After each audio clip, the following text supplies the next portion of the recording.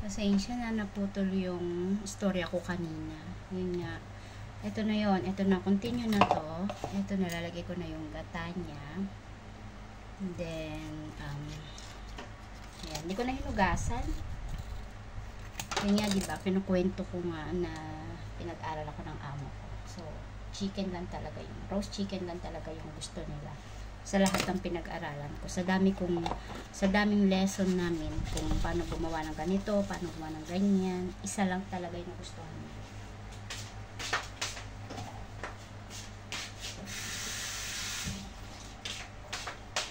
So, ayan.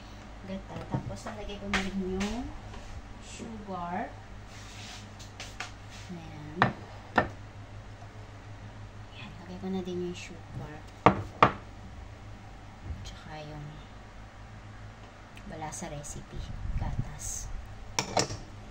Ewan ko yung iba kung naglalagay din ng iba. Pero ako talaga naglalagay. Tapos lalagyan ko siya ng konting salt. Ayan, mga ganyan lang siya. Ayan. Siguro mga half teaspoon. Pangit naman pag sobrang alat. Ayan. Low heat lang. Pero, ibo-boil-boil yan. Kailangan ma-boil siya.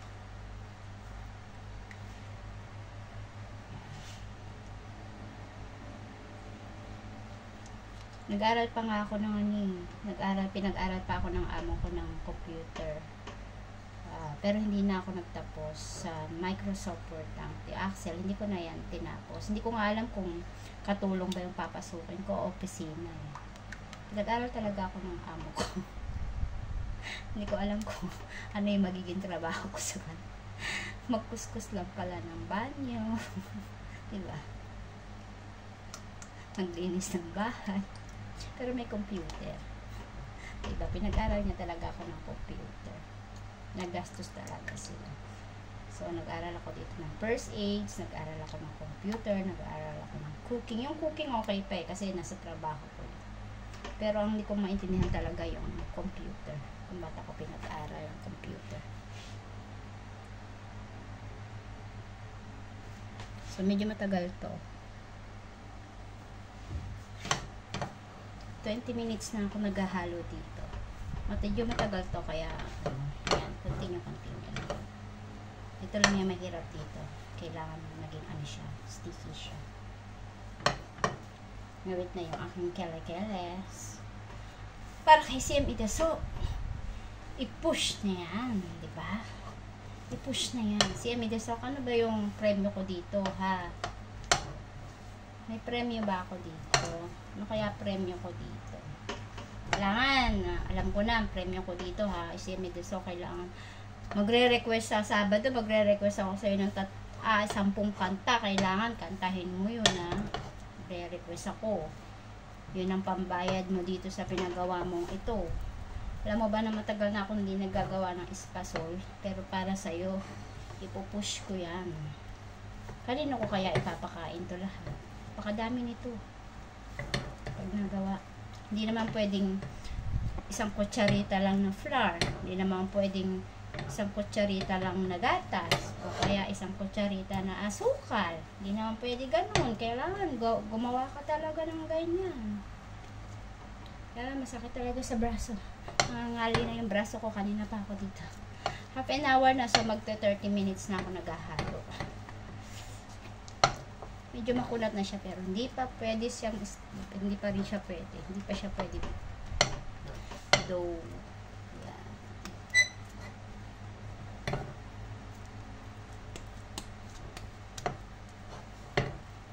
Kailangan talaga konti pantsaga para meron tayong espasol.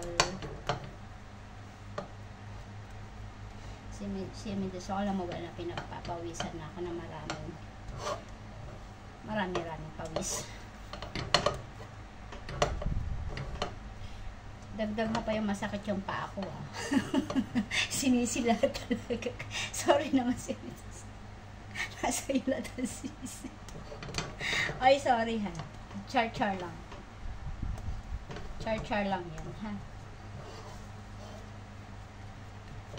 Alam mo naman. Diba? Sa Team CN, palaging pagod vibes. Walang drama. Diba? Ayan. Medyo okay na. Sa wakas. Ayan. Nahuhugasan na yung aking kawali. So, pagka ganyan, nalilinis na niya yung kawali, ibig sabihin, medyo okay na siya. O, nakita niyo ba? Linis ng kawali. O, diba? Ayan, medyo okay na siya. Sa wakas. Success. Ayan na siya. Uli. Ayan. Ito na yung pinaka-gift ko sa birthday mo. Wala kasi akong gift ng birthday mo. So, ito na yun. Yung nag-request ka, tapos ginawa ko naman.